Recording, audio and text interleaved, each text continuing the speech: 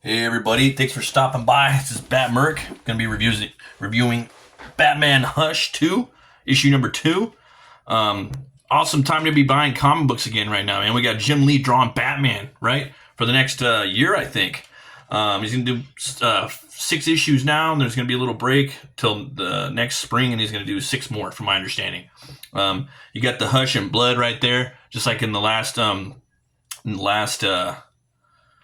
first issue they had Hush written in the building, so it's a cool little motif that Jim's got going right now.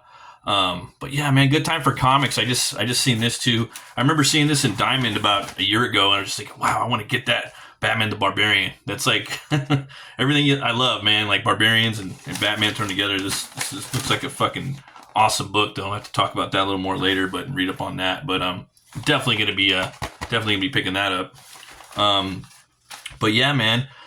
Got one of my favorite DC characters right here, Red Hood. And there's always that argument like who has more characters that are awesome, is Marvel or DC, and Marvel always wins, but DC's got a lot of characters that a lot of people don't really think about. And for me, Red Hood's cool. Batman, Red Hood, Swamp Thing, Jonah Hex, Etrigan.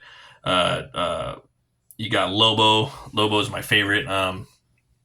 You got Constantine, Solomon Grundy. The list just keeps going on and on, man. If you really sit back and think, DC has like a big stable of characters. Yeah, man, we'll get into this right here. Park Row, now known as Crime Alley. I made a choice. I have no idea what the ripple effect will be when they find out. So right here, I think he's using a different art technique for doing the flashback sequences. Probably some ink wash and pencils. Jim Lee does. That's one thing I like about Jim Lee. Other than he's just one of the best artists of all time. He takes a lot of chances and does a lot of different things with his art. All the good artists do that. So he's spoilers, guys. I'm going to spoil this book, so just giving you a fair warning. He's got the Joker right here, man, and he's been cut up by Hush. And then we have this quad panel page right here. He had a similar motif for a layout in the first issue too, I think, when he was showing a sequence of him with piranhas and whatnot. I have to go back and check it out, but that's from what memory serves. Dr. Leslie Tompkins at Park Row Clinic. Come on, no point in all three of us catching a death. She was working late and heard the gunshots.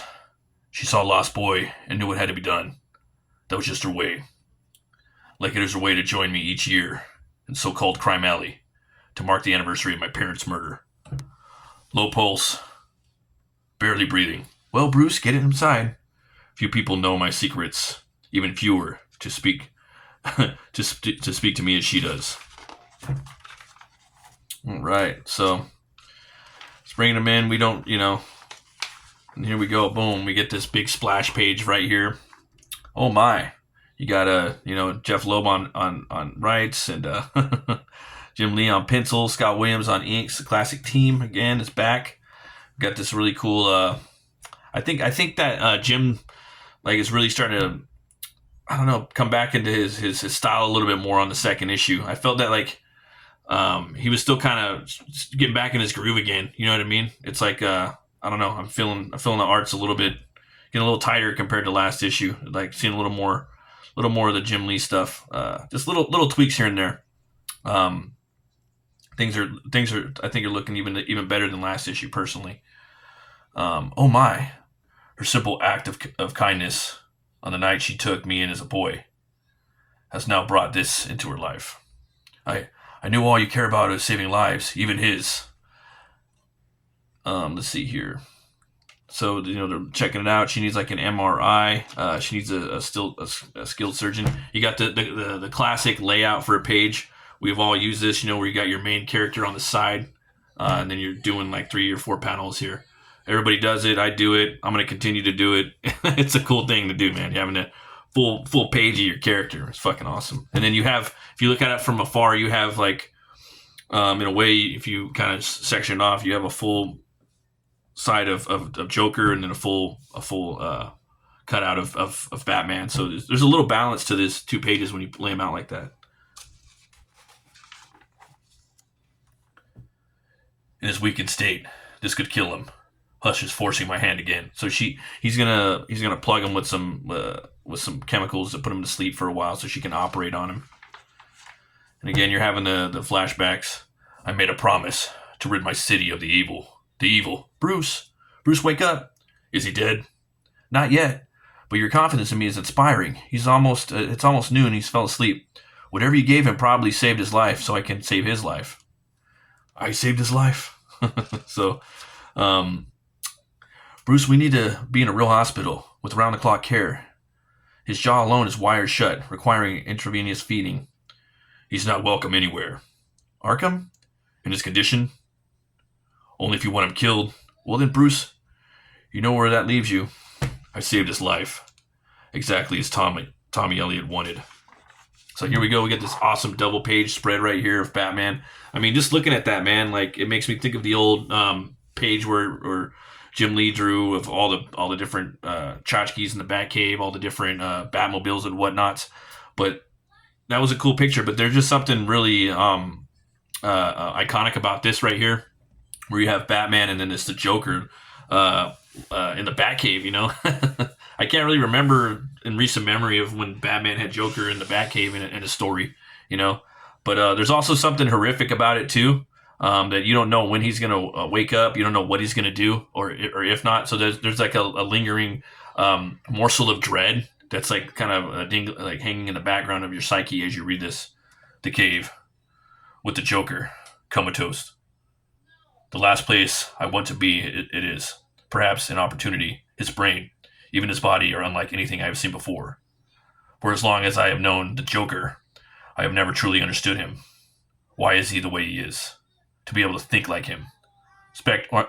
Abnormal frontal cortex shows dramatic overactivity to anticipate his behavior. What is it that you said? You would have known, except me? I could have dumped you in the bay, found a furnace, an open grave, or just left you to die. I will not do what Hush wants. He thinks it's a game.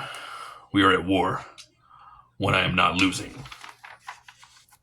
So he's inspecting some more. You know, he's talking about his fingerprints and his toe prints. You know, I'm loving this dialogue too. You know, it's stuff we all know, but I'm just loving the way that Loeb is putting it out there. You know, and the way it reads. There was a time when I thought it was grease paint, like a clown, hoping I could wipe it off and reveal his hidden face. But some of the chemical has erased his pigmentation on a cellular level. It is almost like as if he were dead. No fingerprints, more effects from the chemicals, or something more unimaginable that he did to himself. His feet, no prints either.